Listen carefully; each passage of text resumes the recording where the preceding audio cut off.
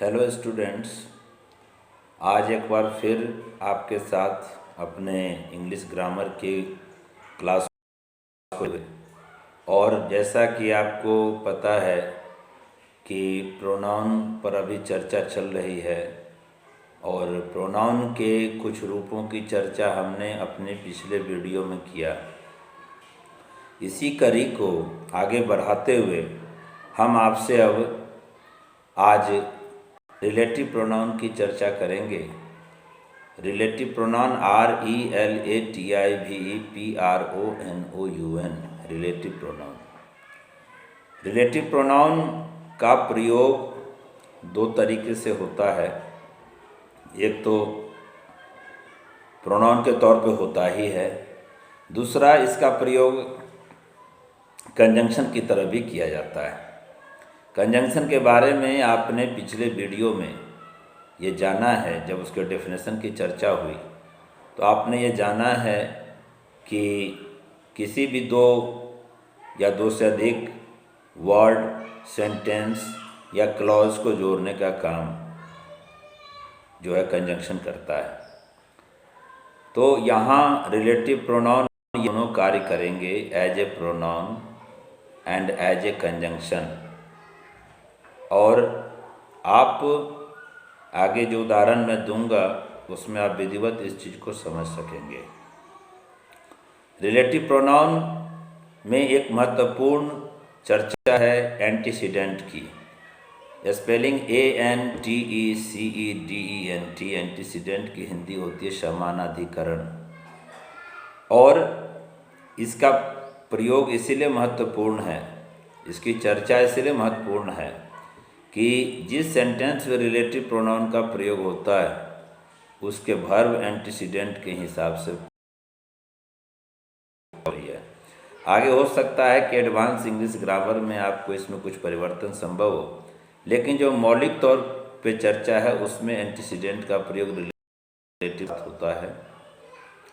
और relative pronoun के बाद जो भी वर्ब आएंगे वो एंटीसीडेंट पर निर्भर करते हैं। अगर एंट सिंगुलर नाउन या प्रोनाउन है तो रिलेटिव प्रोनाउन के बाद जो वर्ब आएंगे वो सिंगुलर होंगे। यदि एंटीसीडेंट में जो नाउन और प्रोनाउन है वो प्लूरल फॉर्म में है तो रिलेटिव प्रोनाउन के बाद जो वर्ब आएगा वो प्लूरल फॉर्म में आएगा। इसकी सावधानी आपको रखनी है।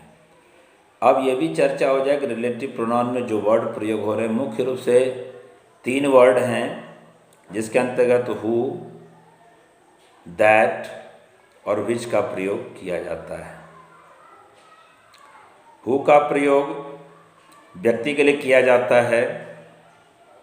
हु के 3 रूप हैं। नॉमिनेटिव में हु का प्रयोग होता है, ऑब्जेक्टिव में WHOM होम का प्रयोग होता है, पॉजेसिव में WHOSE हुज का प्रयोग होता है। इन तीनों में से कोई भी संरचना के साथ आपको रिलेटिव प्रोनाउन मिल सकता है, और जब आप उसके अर्थ को समझने के प्रयास करेंगे तो उसमें आपको अलग अलग तरीके से नॉमिनेटिव फॉर्म है या ऑब्जेक्टिव फॉर्म है या पॉजेसिव फॉर्म है, उसको आपको निर्धारित करना पड़ेगा।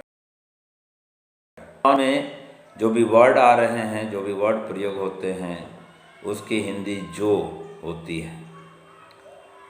और आमतौर पे आप जानते हैं कि हु की हिंदी इंट्रोगेटिव में जब आप जाइएगा तो वहाँ कौन होती है, लेकिन यहाँ रिलेटिव में इसकी हिंदी जो होगी।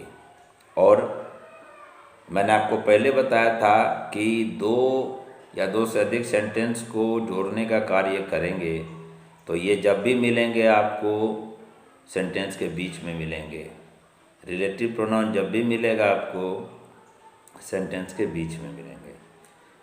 तो हु का प्रयोग आपको बताइए व्यक्ति के लिए होता है, और इसका एग्जाम्पल आपको पहले 2 अलग अलग सेंटेंस में बता रहा हूँ। उसको हु की मदद से कैसे जोड़ रहे हैं ये भी आपको बताया जाएगा। पहला सेंटेंस है ही इज़ द मैन, और दूसरा सेंटेंस है he helps me in distress. अब इसको हु की सहायता से जोड़ रहे हैं। He is the man who helps me in distress. इसकी हिंदी होगी वह आदमी है जो मुसीबत में मेरी मदद करता है। इस प्रकार आपने देखा कि हु के पहले मैन का प्रयोग हुआ, मैन सिंगुलर में है, इसीलिए हु के बाद इज का प्रयोग है, ये सिंगुलर वर्ब है, आप जानते हैं।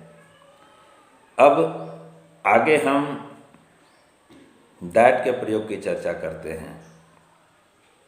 दैट का प्रयोग लिविंग नॉन लिविंग दोनों के लिए होगा,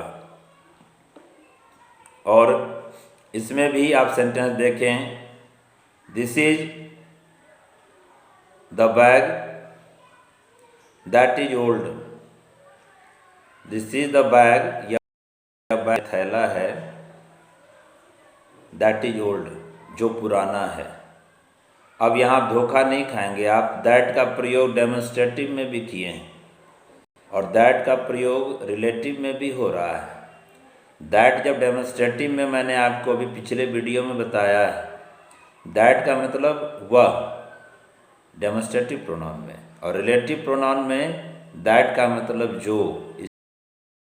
इसीलिए आपको रखनी होगी अकॉर्डिंग टू स्ट्रक्चर, कहाँ पर किस चीज़ का प्रयोग है, उसके हिसाब से आप निश्चित करेंगे कि ये कौन सा प्रोनाउन है, और तभी आपको उसके हिंदी रूप को भी समझ आसानी होगी। दैट की भी हिंदी हो गई जो रिलेटिव प्रोनाउन में, और विच का जो प्रयोग है, विच का प्रयोग नॉन लिविंग के लिए होगा रिलेटिव प्रोनाउन में।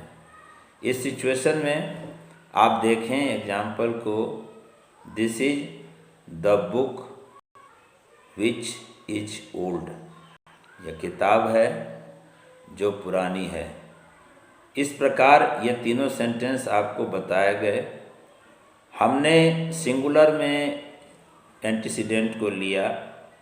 आप जब कई तरह की पुस्तकों में अंग्रेजी व्याकरण की, इंग्लिश ग्रामर की जो बुक है, आप उसमें पढ़ेंगे तो आपको एंटीसीडेंट के तौर पे प्लूरल फॉर्म भी मिलेंगे। आप उसका अध्ययन करेंगे और आपको समझने में आसानी होगी कि वहाँ रिलेटिव प्रोनाउन के तौर पे जो वर्ड हैं, उसके बाद अकॉर्डिंग टू एंटीसीडेंट आपको वर्ब मिलेंगे, सिंगुलर या प्लूरल। इसीलिए, और ये सब चीज़ जब आप सावधानी से समझ पाते हैं तो आपको प्रोनाउन को समझने में बहुत ही सुविधा हो जाएगी।